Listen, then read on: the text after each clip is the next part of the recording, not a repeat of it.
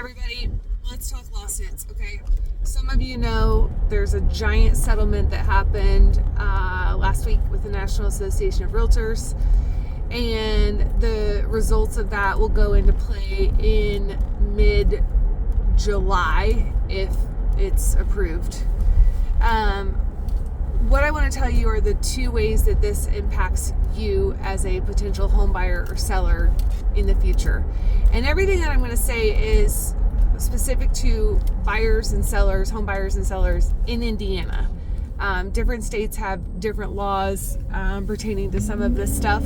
So the first and the biggest piece that does affect everybody in the country is that realtors are no longer allowed to state what their cooperating compensation is for a co-broker in our multiple listing service. So for instance, if I'm a listing agent and I have negotiated a commission with a seller, most of the time that commission is shared with whomever might bring a buyer to my listing.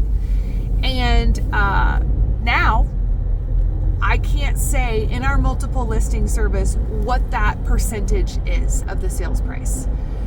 So how will the other broker know how much of the commission that I've negotiated with the seller is going to be shared with them?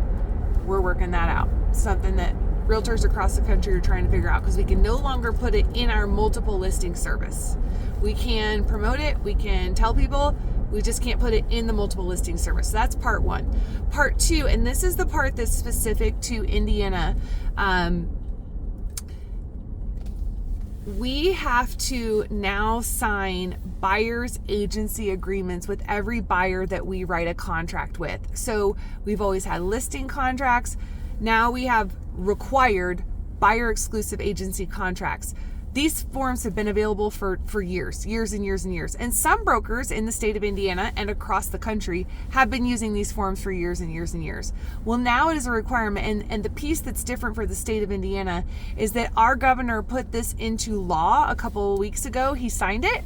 And so it doesn't matter if you're a Realtor member or just a buyer's agent or just a real estate agent. You may or may not know there's a difference between a real estate agent and a Realtor. One is a member of the National Association of Realtors, and one is a licensed salesperson. So Governor Holcomb for the state of Indiana has determined this is an important thing for buyers to sign with the person that is representing them on the purchase that they're going to make. And it is to be signed and agreed upon prior to any negotiations happening.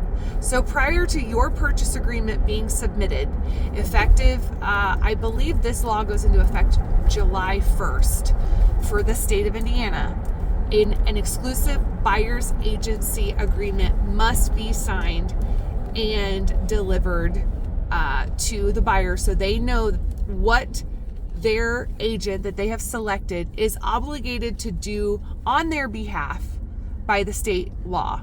In the same way that a listing contract is signed with a seller and a listing agent prior to putting their home on the market for everybody to see. There's a lot to this, a lot we're still learning, a lot we're still figuring out, but that's what I know right now, so I wanted to get it shared with you. And I hope you have a wonderful weekend, and go Boilers.